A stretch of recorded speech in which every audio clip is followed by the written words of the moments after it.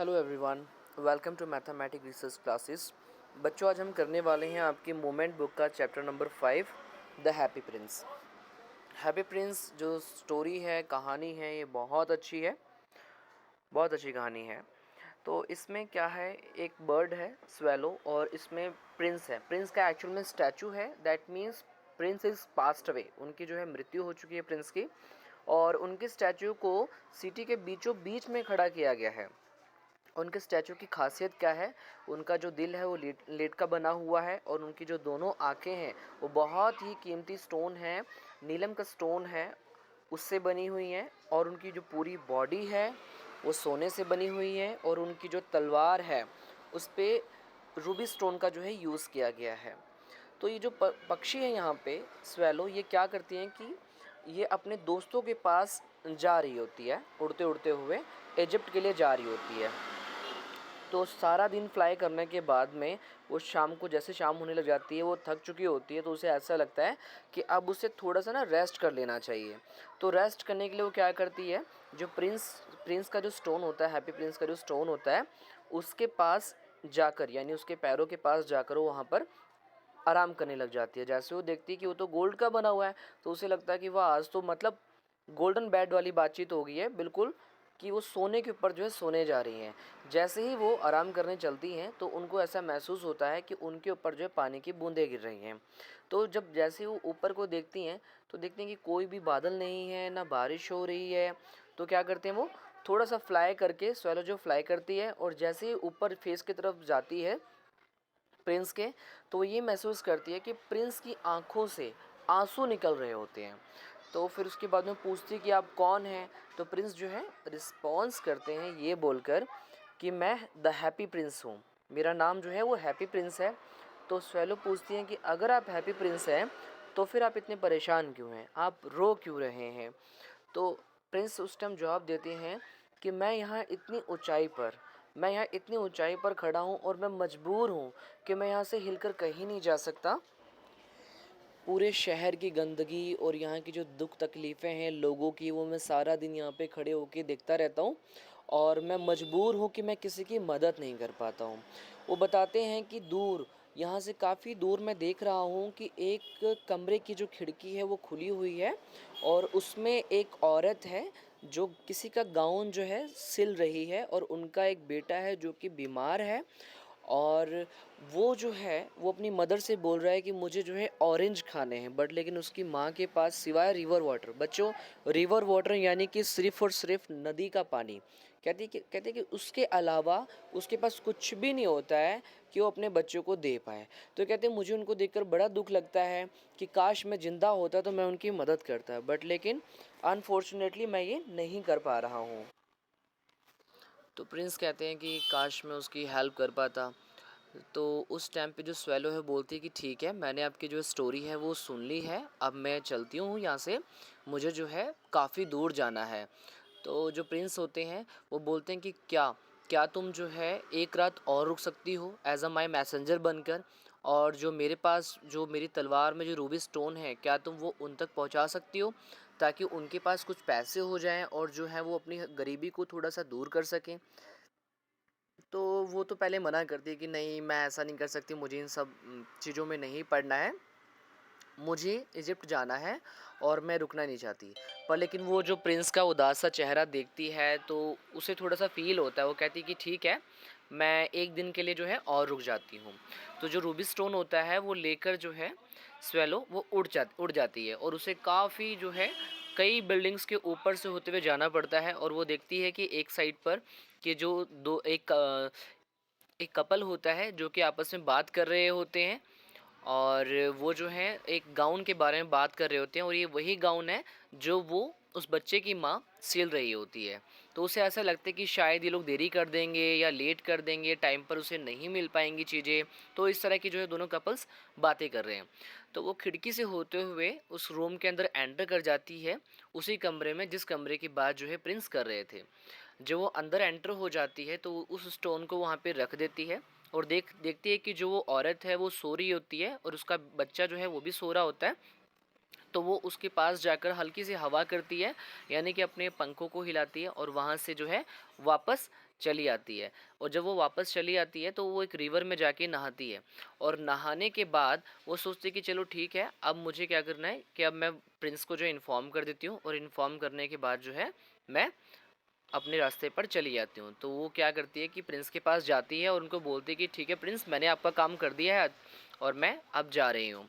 तो प्रिंस बहुत फिर से दुखी होते हैं, तो वो बोलते हैं कि मैंने देखा कि यहाँ से काफ़ी दूरी पर एक व्यक्ति है जो कि ठंड के मारे बहुत ज़्यादा जो है परेशान हो चुका है, और वो एक प्ले राइटर है जो अपने डायरेक्टर के लिए स्टोरी लिख रहा है, और उसके फायर स्टेशन में जो है आग जो है नहीं लग पा रही है, और वो ठंड के मारे बेहोश हो चुका है। और मैं ये चाहता हूँ कि उसकी जो तकलीफ़ है उसको दूर कर दिया जाए, और तुम जो है मेरी एक आइस को निकाल लो और उस आइस को निकाल कर उस व्यक्ति को दे आओ। तो जो स्वेलो है वो थोड़ी सी सोच में पड़ जाती है कि ऐसा कैसे, मतलब कि तुम अपनी आँख निकलवाना चाहते हो। तो वो कहते हैं कि हाँ, मुझे इन लोगों के भले के लिए जो है ऐसा करना है, आप मेरी आँख निकाल के ले जाओ और जाके उसे दे आओ।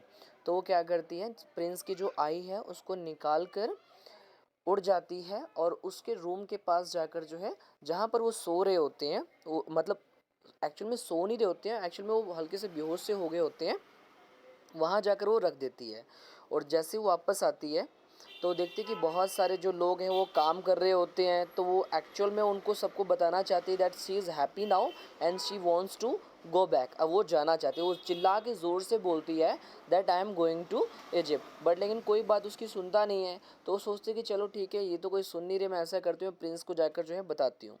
और जैसे वो जो प्ले राइटर होते हैं उठते हैं, तो वो देखते हैं कि वहाँ पे जो है एक नीलम का स्टोन वहाँ पे रखा होता है, तो वो बड़े खुश होते हैं। तो उनको ऐसा लगता है कि उनके किसी चाहने वाले ने, या जो उनके राइटिंग उनके प्ले से खुश हुआ होगा, उसने किसी ने रखी होगी, उनको ऐसा लगता है।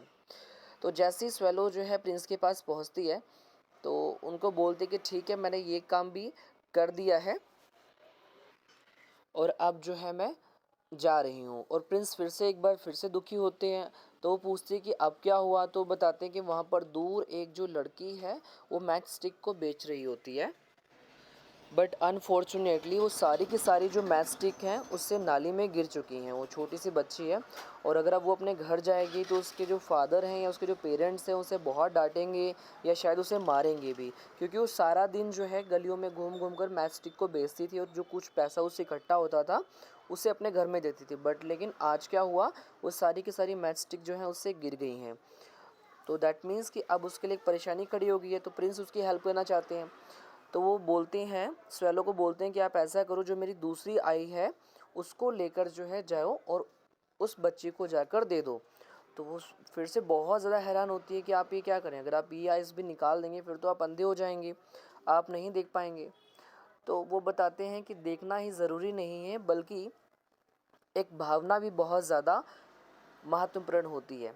तो वो क्या करती है कि दूसरी आइस को निकाल कर उस बच्ची के सामने जाकर रख देती है, और वो बच्ची लेकर जो है उस आई को अपने घर जाती है, और उसके पेरेंट्स जो है उसे देखकर बहुत खुश होते हैं कि उसके हाथ में एक बहुत ही कीमती पत्थर, एक नीलम का जो पत्थर है वो उसके हाथ में होता है, विच इज़ वेरी कॉस्टली, वो बहुत ही ज़्यादा कॉस्टली होता है। देन उसके बाद में वो जैसे ही जाती है, प्रिंस के पास जाती है, तो प्रिंस को बोलती है उनके कानों में जाके, क्योंकि अब प्रिंस तो देख नहीं सकते, बिकॉज दोनों की दोनों जो आंखें हैं वो अब वो अपनी दे चुके हैं दूसरे को। तो जाके बोलते कि मैं आपका ये काम करके आ गई हूँ। तो प्रिंस बोलते हैं कि ठीक है, अब आप जो है अपने इजिप्ट के रास्ते पर निकल जाइए और आप अपनी मंजिल की तरफ जाइए। फिर वो बोलती कि नहीं, स्वेलो अब बोल रही है कि नहीं, I don't want to go, अब मुझे नहीं जाना है, अब मुझे यहाँ तुम्हारे पास ही रहना है। तो बोलते हैं ऐसा क्यों। तो बोलते कि मैंने यहाँ पर बहुत सारे लोगों को दुख तकलीफ़ में देखा है, और अब आप तो देख भी नहीं पाओगे, अब आप देख नहीं पाओगे, तो मैं जो है आपकी आंखें बनूंगी और पूरे शहर में जो है देख कर रोज़ आया करूँगी कि किसको क्या तकलीफ़ है, और उनकी मदद करने के लिए मैं आपकी हेल्प लिया करूँगी। तो प्रिंस जो है कहीं ना कहीं सोचते हैं कि ये अब अपने रास्ते पर जाना नहीं चाहती, मेरे साथ रहना चाहती है। तो वो जो है प्रिंस को मना लेती है और उनके साथ ही जो है रहती है। फिर जाकर वो अगले ही दिन जैसी हो जाती है, तो वो देखती है कि बहुत सारे जो बच्चे होते हैं वो एक जगह पर बैठे हुए होते हैं और वो आग जलाने की कोशिश कर रहे होते हैं ठंड से बचने के लिए, और वो काफ़ी गरीब बच्चे होते हैं। बट लेकिन वहाँ के जो सिक्योरिटी गार्ड हैं वो उनको आके मार के भगा देते हैं। फिर वो प्रिंस के पास आती है और उनको बताती है। प्रिंस पूछते हैं कि बताइए किसको क्या समस्या है। तो वो जो स्वैलो है वो बताती हैं कि जितने भी अमीर लोग हैं वो तो बहुत खुश हैं, वो बहुत खुश हैं, बट लेकिन जो पुअर हैं, जो बेगर्स हैं, वो बहुत ही ज़्यादा दुख तकलीफ़ में हैं। उनके पास ठीक से खाने को नहीं है। और ऐसी सी जो घटनाएं आज घटी है कि बच्चे आग जला रहे होंगे, बट लेकिन सिक्योरिटी गार्ड हैं, उन्होंने जो है उन्हें मारकर भगा दिया। तो प्रिंस बोलते हैं कि मेरे शरीर के जो टुकड़े हैं वो आप ले जाकर जो है उनको दे दीजिए। उनका ये मानना है कि जो इंसानों के लिए जो सोना है वो बहुत कीमती है, बट लेकिन मैं तो मर चुका हूँ, तो मेरे लिए तो क्या ही, ये कुछ भी नहीं है ना, तो मुझे तो इसकी ज़रूरत है नहीं।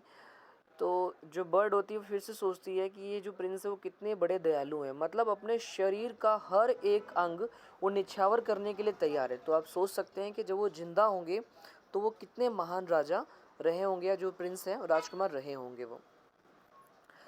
देन उसके बाद में वो क्या करती है, उन टुकड़ों को ले जाके उनके सामने वो रख देती है, सो दैट ताकि वो जो अपनी परेशानियों को है हल कर सकें। अब सर्दी का ज़्यादा जो है टेम्परेचर डाउन हो चुका है, बर्फ़ पड़ने वाली होती है, ठीक है। और जो बर्ड जो है वो उनके पास ही बैठी हुई होती है। पूरे शहर में बहुत ज़्यादा जो है बर्फ़ पड़ चुकी हुई होती है और बहुत ज़्यादा ठंड होती है, और वो जो है स्वैलो वो प्रिंस को छोड़ के बिल्कुल भी जाना नहीं चाहती है। तो उसे इतनी ज़्यादा ठंड लगती है कि वो मरने की हालत में हो जाती है। So see just now want to fly last time, वो आखिरी बार उड़ना चाहती है। तो वो उड़ के बिल्कुल प्रिंस के कानों के पास जाती है और वो बोलती है कि चलो अब मैं जा रही हूँ। तो प्रिंस को ऐसा लगता है that she is going to Egypt, वो अब इजिप्ट जा रही है, बट लेकिन वो बोलती है कि नहीं, मैं इजिप्ट नहीं जा रही हूँ, अब मैं मरने जा रही हूँ। तो प्रिंस को भी सुन के बहुत बुरा लगता है, तो वो उनसे आखिरी इच्छा अपनी जो है पूरी करने के लिए बोलती है कि क्या मैं तुम्हारे हैंड्स पर किस कर सकती हूँ। तो प्रिंस बोलते कि नहीं, आप मेरे लिप्स पे किस कर सकते हो। तो जो प्रिंस है उसे लिप्स पे किस करने के लिए बोलते हैं। जैसे ही वो प्रिंस को किस करती है, देन उसके बाद जो है वो उनके पैरों के पास जाकर गिर जाती है, वो बेचारी मर जाती है। तो जो प्रिंस का जो दिल होता है, जो कि लटका होता है, वो जैसे कि बिल्कुल टूट सा गया होता है। देन जैसे नेक्स्ट डे होता है, तो जो प्रिंस होते हैं उन्होंने तो लगभग अपनी बॉडी से सारा सोना और जितने भी कीमती स्टोन्स थे वो तो निकलवा दिए थे लोगों के लिए, तो उनकी जो बॉडी है बहुत ही ज़्यादा डल लग रही होती है। फिर वन डे क्या होता है कि वहाँ से ना एक मेजर जो है गुज़र रहे होते हैं। मेजर देखते हैं कि जो प्रिंस होते हैं, द हैप्पी प्रिंस होते हैं, उनकी जो बॉडी है वो बहुत ज़्यादा डल लग रही होती है। तो वो कुछ लोगों को जो है आदेश देते हैं कि जो इनकी स्टैचू को नीचे उतारा जाए। तो लोग देखते हैं कि उनके पैरों के पास एक बर्ड जो है वो मरा पड़ा हुआ है, तो लोग उस जो है बर्ड को उठा के, यानी कि स्वैलो को उठा के डस्टबिन में फेंक देते हैं, और उनकी जो बॉडी है उसको मेल्ट करवाया जाता है, यानी कि पिघलाया जाता है। बट लेकिन उनका जो हार्ट होता है, जो कि लेड का बना हुआ होता है, वो पिघलता नहीं है। तो इसीलिए जो हार्ट है उसको भी ये लोग क्या करते हैं, डस्टबिन में फेंक देते हैं, और उसी डस्टबिन में फेंकते हैं जहाँ पर उस बर्ड को फेंका जाता है। तो यहाँ से जो बच्चों स्टोरी है वो ख़त्म होती है, बट इसमें एक छोटा सा जो है और एक पैराग्राफ दे रखा है जिसमें ये बताया गया है कि एक बार जो गॉड है वो अपने एंजल्स को ये आदेश देते हैं कि इस सिटी में से कोई भी दो अनोखी चीज़ें जो हैं आप लेकर आइए। तो जो एंजल हैं वो जाते हैं और वहाँ से बर्ड और जो प्रिंस का जो हार्ट होता है उसको लेकर आते हैं। तो गॉड बोलते हैं कि बिल्कुल सही आप चीज़ लेकर आएँ, इस दुनिया में जो सबसे अनोखी चीज़ है वो ये दो चीज़ें हैं। तो फिर उसके बाद में जो गॉड होते हैं वो ये बोलते हैं कि जो बर्ड है वो ऑलवेज़, तो गॉड बोलते हैं कि जो ये बर्ड है वो मेरे गार्डन में हमेशा गाती रहेगी, और जो प्रिंस का दिल है, यानी कि जो प्रिंस है, वो हमेशा मेरे गोल्डन हाउस में मुझे फेस करेंगे।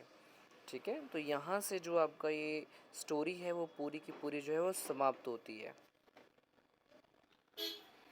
बच्चों, चैनल को सब्सक्राइब करें एंड लाइक करें। Thank you so much, have a good day.